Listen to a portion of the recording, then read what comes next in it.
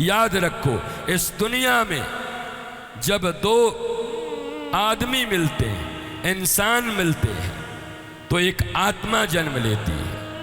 और जब जन्म का मतलब आत्मा में वो जाते हैं, आत्मा तो न जन्मती है, ध्यान देना बात को। सूक्ष्म जीव अलग है, स्थूल शरीर अलग है, सूक्ष्म शरीर अलग है, जीव शब्द जिसको कहा गया वो अलग है, आत्मा अलग है, ये सब अलग अलग है।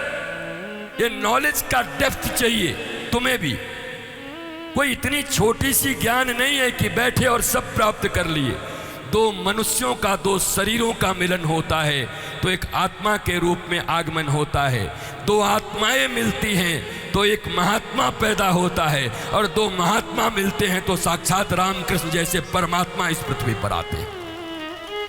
दो महात्मा, एक दशरथ जैसे महात्मा और एक कौशल्या जैसी महात्मा, एक देवकी जैसी महात्मा और एक वसुदेव जैसे महात्मा। इन दो का मिलन हो तो परमात्मा को पृथ्वी पर आना पड़ता है उनके गर्भ से होकर।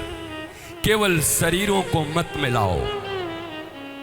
आज का विवाह शादी केवल शरीरों के मिलन का केंद्र बन गया, जिसके लिए कल मैं तुम्हें धिक्कार रहा था कि भगवान बलराम जिसको तुम हनीमून कहते हो, मिलन की प्रथम रात्रि कहते हो, पाश्चात्य सभ्यता से जिसको तुमने कलंकित कर दिया है, भगवान बलराम और रोहिणी मैया का विवाह हुआ तो प्रथम रात्रि क्या कर रहे थे? वो सारे ऋषि महर्षि देख रहे थे, भगवान कृष्ण भी झांक कर देख रहे थे, रोहिणी मैया नीचे कदमों में बैठी हुई थी और भगवान बलराम पलंग के ऊपर बैठकर कृष्ण कथा और गोपी कथा सुना रहे थे।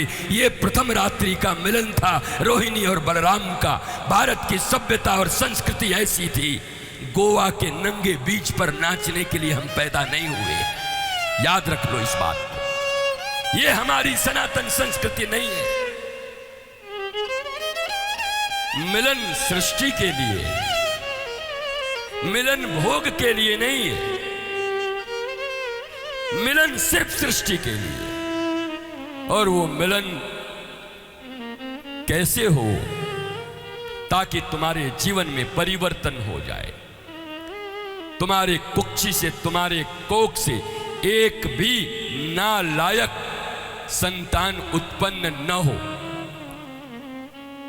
आखिर तुम भी तो मां हो, तुम्हारी भी रिस्पॉन्सिबिलिटी है, तुम भी पिता हो, तुम्हारा भी जिम्मेवारी है।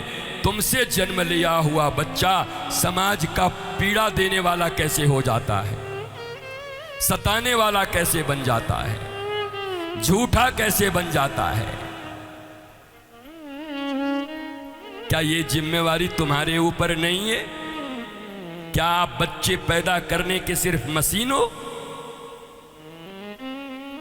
एक मनुष्य को इस पृथ्वी पर लाकर सनातन संस्कृति के योग्य छत्रपति शिवाजी महाराज के इस पवित्र भूमि पर क्या उनकी तरह, क्या झांसी की रानी की तरह, क्या कभी चंद्रशेखर आजाद, क्या कभी भगत सिंह, क्या कभी इनकी तरह पुत्र पुत्रियों को या उन भक्तों की तरह जन्म देने की तुम्हारी इच्छा नहीं होती?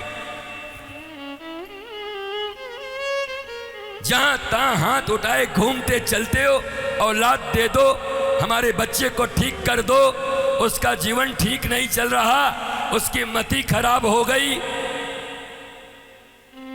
तुम इतने समझदार अगर पहले से रहोगे तो शायद तुम्हें अपने बच्चों के लिए दर दर पर भीख मांगने की जरूरत नहीं पड़ेगी कि मेरा बच्चा मेरा सुनता नहीं, नालायक हो गया, नौकरी नहीं लगती। बस तुम्हें 3 वक्त सिर्फ ध्यान रखने होते हैं, मेरे देश की बेटियों और मेरे देश के बच्चों, आने वाले भविष्य के माता पिता तुम ही हो, तुम ही जनक हो और तुम ही जननी बनोगी, और आने वाला जनरेशन तुम्हारा ही होगा।